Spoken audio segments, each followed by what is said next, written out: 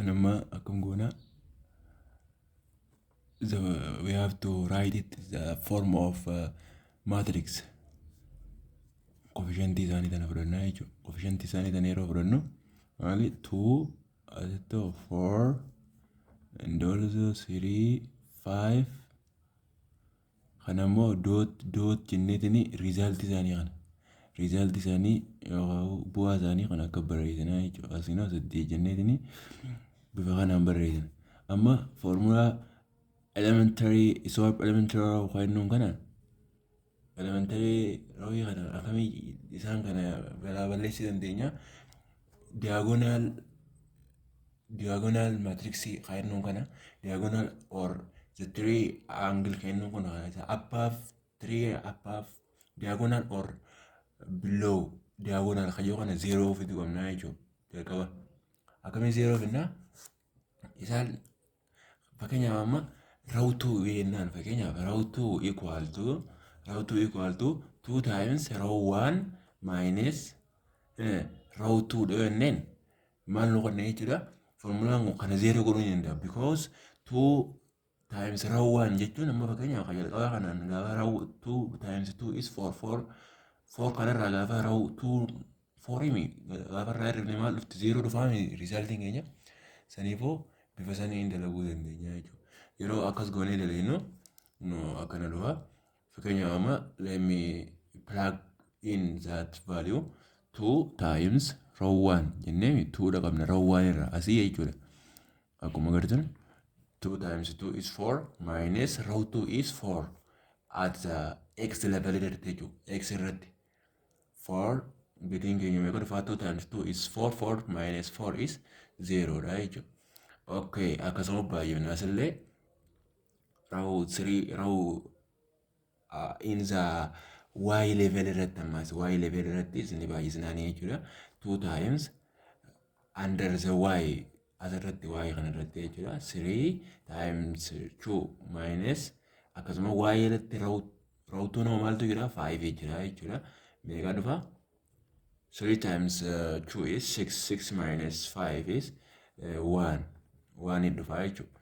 Ammoo kaasii galafannu kun beekadhaa kun ammoo kan maali row 2 dhayenne gatiin asii 0 arganna kunis row 2 asitti hawaan arganna kunis row 2 kana irraa batanaadha. Akkasuma takkaafee jechuudha resultii keenya kana jechuudha. Saniifuu 2 times row 1 of resultiin row 1 idhaa meeqa 6 times 2 minus akkasuma row 2 irraa hirrifnenne 8 dha jechuudha. Row 2 keenya resultiin row 2 dha. Tarree lammaffaadha jechuudha. 2 times 6 is 12 minus 80 is will be what 4 ta'a jechuudha. Kanaafuu kana maali honqa maaliiti row 2 ti jechuudha. Resultiin nuti arganne kun 0 1 and 4 is the value for row 2. Let us plug them 2 3 is maaliiti row jalqabaati kuni.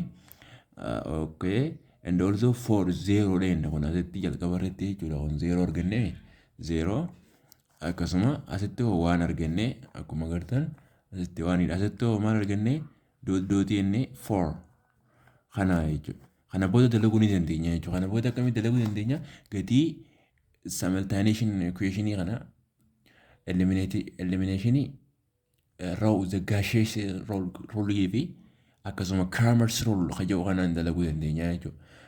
Kutaa gadii keessatti waa'ee elimination fi kana baratanii turtanii amma asitti ammoo waa'ee row fi row method fi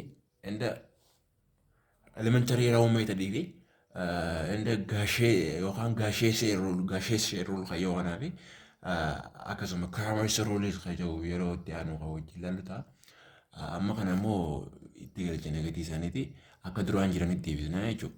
Kana jechuun keenya as keessa galchine gatii isaanii coefficientii isaanii tana asitti galchinaa jechuudha. Irra deebinee let us plug them in 2x plus 3y as you can see y equal to 6 and also 0x because 0 is at x level already and also plus 4 ganne mesatti waan arganne waan barreessu waan nusumaatiin waan y jechuudha waan kamattu ni beena equal to 4 jechuudha as a result we got the 4 value on here ganaa kana booda maal jechuudha dalaguu ni dandeenya jechuudha 0 times x is 0 it will be y equal to 4 gatii y maal jechuudha 4 gatii maal argachuu qofaan noofe gatii x qofa when we plug y's number in this row we will get the x's value let us see x to x plus 3 times 4 because the values of y is 4 equal to 6 and also to x plus 3 times 4 is 1 2 equal to 6 to x plus 12 minus 12 equal to 6 gabalachutunu irraa minus 12 12 minus 12 is 0 to x equal to 6 minus 12 is it will be negative 6 here and also divided by 2 at both level rate as a resultant or reactant you how given it at the Oliver rate it will be minus 3 x mali getting x minus 3 da and also getting y 4 da when we work or exercise with a elimination method it will be this value that you let us see 2x in plus 3y equal to 6 and also 4x plus 5y equal to 80 amma kana simultaneous equation kana yeroo dalaynu jechuudha maal goona asitti 2x kana wal fakkeessuudhaaf let us time 2 yoo baay'inne immoo wal qixxaataa jechuudha because hayyoon keenya maali gama tokko wal qixxeessinee gatii jijjiirama tokko dhaamsine jijjiirama tokko qofa hambifachuudha because jijjiirama lama hoggota akka barbaadu waan hin danda'amneef jechuudha. Feenu immoo asitti meeqaan baay'ifneeti waa'ee yoo balleessuu barbaanne immoo asitti kana meeqaan shaniin baay'ifne kana sadiin baay'ifneetis akkasitti waa'ee yoo balleessuu barbaannes waa'ee balleessuu dandeenya. Amma asitti garuu kan nu salphatu x balleessuudhaan fakkaata. Saniifuu x yaa balleessuudha jechuudha. Akkamii balleessinaa 2 times x akkas goonee gama hundaa'u lamaan baay'ifnee jechuudha. At the row first row level irratti jechuudha. Row level keenya jalqabaa irratti jechuudha. When we multiply with 2 at both level ጊዜ እንጆ ማለት resultant reactant yoo given keenya jechuudha.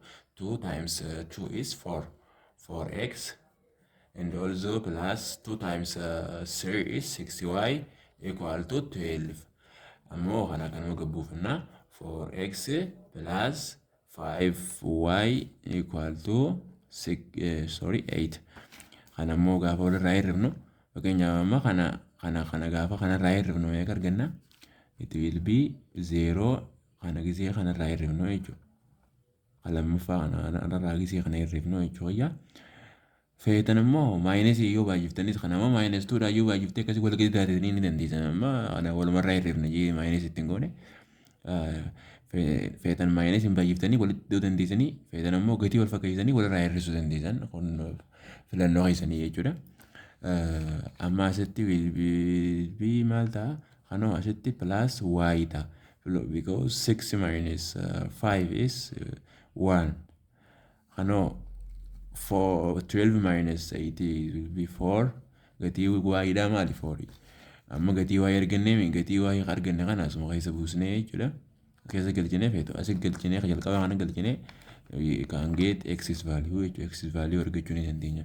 Let us plug in them plus 3 and also 4 ennee gatiin y dha jechuudha arganne jechuudha equal to 6 2x plus 3 times 4 is it will be 12 and also 6 2x equal to kana gaafachi dabarsina jechuudha. Feetanis asitti minus itti gootanii 12 asittis minus 12 godhuu dandeessanii achi dabarsuu ni dandeessanii filannoo keessanii minus 6 divided by 2 and also as is divided by 2 da jechuudha. 2 by 2 is cancelled out it will be x's values minus 3. jalqabaa sanarrattis maal arganne gatiin x keenya maali kanama jechuudha minus 3 asittis minus 0 arganne jechuudha. Kun karaa elimination method kennu sanii yaane kun karaa ammoo elementary law kennu kan yookaan gaseous law kennu kan yaane Cramer's rule is sorry asitti Cramer's rule yaane elementary law kennu no asitti elementary law swap ida yaane elementary law ida yaane garuu immoo Cramer's rule is yoo barbaadan taate Cramer's rule is yeroo itti dhufu keessatti kan laallu ta'a. Cramer's rule jechuun amma Cramer's rule gaafa dalaguu barbaanne amma waan tana separate them akkam goonu to gatiin keenya jalqabaa nu kenname jechuudha. 3 it will be akkana dot 6 and also 4 5 dot 8 inni eegale kun kamaaliti haa elementary row yookaan gaseous row kennu kana gaafa immoo gaafa Cramer's rule la kana nu barbaachisu asumatti dalagannaa jechuudha. Asitti kana maali dalagannaa haa jalqabaa determinant isaa dalaga determinant isaa gaafa dalagnu cross by crossing by isneetini determinant of the whole this is 5 times 2 is 10 minus 4 times 3 12 it will be d keenya jechuudha yookaan wanni keenya determinant keenya minus 2 dha ta'a jechuudha. Ammoo ganaa booda maal fudhatte jechuudha gaafa ka x derivative determinant of x gaafa barbaaddu maal goota gatii resultii kana bakka x kana kaa'atta jechuudha. Bakka x kana guutuu gatii resultii kana kaa'attan. Resultii kana jalqaba irra fudhachaa ture kana gaafa immoo y barbaadan determinant of y gaafa barbaadan bakka y dha gatii bakka 3 5 kana maal galchitanii 6 and 8 galchitanii jechuudha. When we plug in them we will get maal for dura jalqaba kamaali barbaanne determinant of x barbaanne kana gaafa barbaannu kana galchine gaafa bakka y bakka x fi kana jechuudha. Result keenya kana galchine 6 8 kana y dha kana jira 5 gaafa dalagnu kana cross taatimi determinant keessatti 5 times 6 is 30 minus 80 times 3 is 24. When we subtract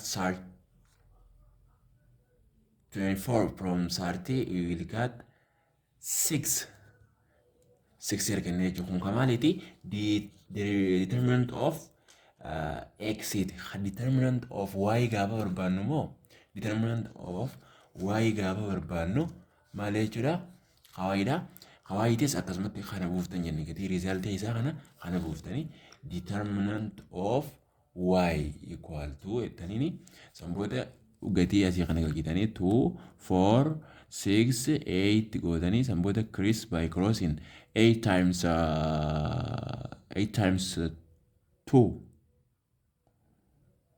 8 times 2 is 16 minus 4 times 6 is will be 24.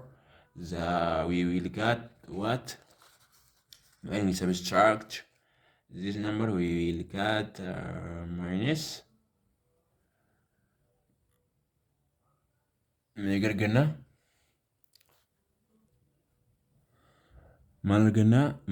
8 arganna minus 8 because 24 times 160 plus 80 is 24.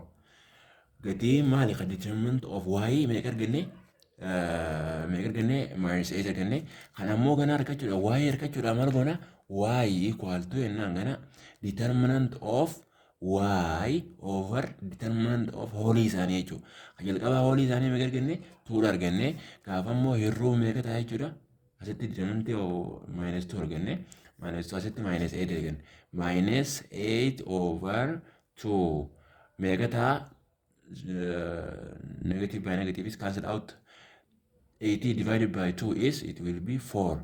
Jalqaba y maal arganne 4 arganne akkasuma gaafa x argannu Gaafa x argachuu barbaanne hoo determinant of x asitti ta'eena determinant of x kana determinant of x divided by determinant isaan hundaa jechuudha jalqabaatti arganne gaafa immoo waliif hir'uu meeqa determinant x meeqa arganne x dha asitti 6 arganne 6 divided by determinant of whole isaanii jechuun meeqa arganne minus 2 arganne minus 2 kanaafuu gatiin x keenyaa maal ta'e jechuudha minus 3 jalqabaatti akkasuma arganne kanaan dalagamaa jechuudha. Okay, kanuma yeroo itti aanu bal'ina laalawaa CRAMER'S RULE and rows elementary row kainu yookaan Gaussian rule kainu kana tokko tokko laala it will be discussed. Have a wonderful time.